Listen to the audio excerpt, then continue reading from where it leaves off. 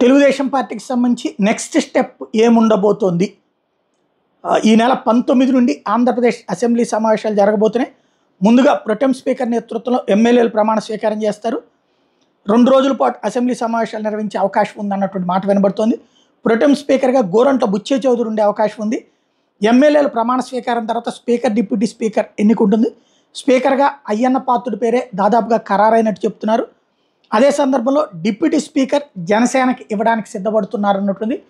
ఒకవేళ పవన్ కళ్యాణ్ కనుక చంద్రబాబు గారిని అడిగితే స్పీకర్ పదవి తమకి ఇవ్వమని, అప్పుడు డిప్యూటీ స్పీకర్గా తెలుగుదేశం పార్టీ తీసుకుని మండలి బుద్ధప్రసాద్కి ఇచ్చేటట్టు, లేదా స్పీకర్గా అయ్యన్న పాత్రుడు, డిప్యూటీ స్పీకర్గా మండలి బుద్ధప్రసాద్ని ఒకవేళ కనుక పవన్ కళ్యాణ్ గారు ఓకే అంటే డిప్యూటీ స్పీకర్ కూడా తానే తీసుకుని ఇచ్చేటట్టు అన్నటువంటి చర్చ నడుస్తుంది. ఏం జరుగుతుంది అన్నటువంటిది చూడాల్సి ఉంది.